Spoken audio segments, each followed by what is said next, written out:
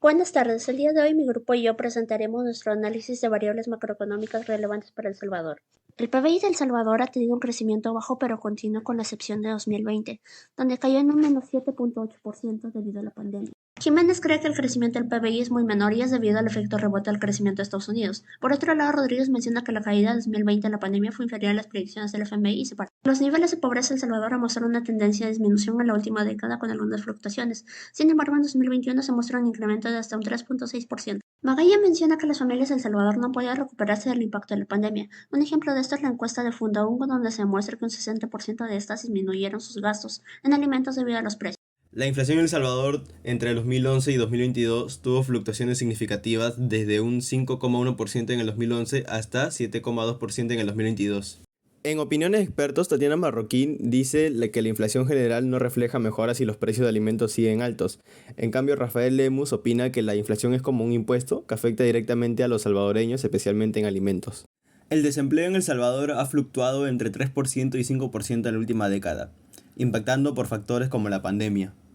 Según Reinaldo Albergue y Ana Sol Gutiérrez, el desempleo en El Salvador y la falta de oportunidades en Latinoamérica impulsan la migración irregular hacia Estados Unidos. El Salvador ha mantenido un tipo de cambio estable de $1 desde su dolarización en 2001, lo que ha facilitado el comercio internacional al eliminar el riesgo cambiario. Sin embargo, esto también limita la capacidad del país para poder utilizar políticas monetarias en tiempos de crisis.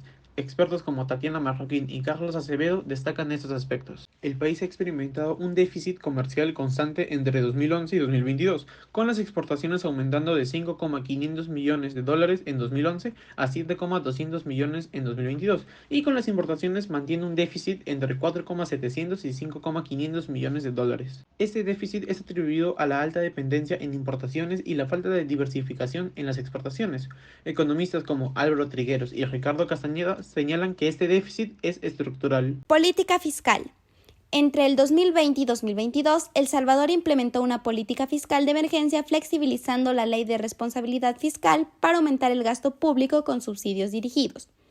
Esto mitigó la crisis económica por COVID-19, pero planteó desafíos de sostenibilidad fiscal a largo plazo.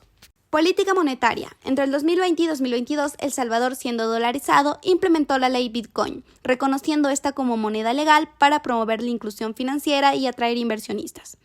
Esta política buscó facilitar transacciones y fomentar innovación tecnológica. En el presente trabajo se llegó a la conclusión que entre el 2011 y 2022, El Salvador enfrentó fluctuaciones en el PBI, pobreza e inflación. Políticas fiscales de emergencia estabilizaron inicialmente la economía, pero plantearon desafíos de sostenibilidad. Y los expertos destacan la importancia de políticas macroeconómicas adaptativas frente a la dolarización.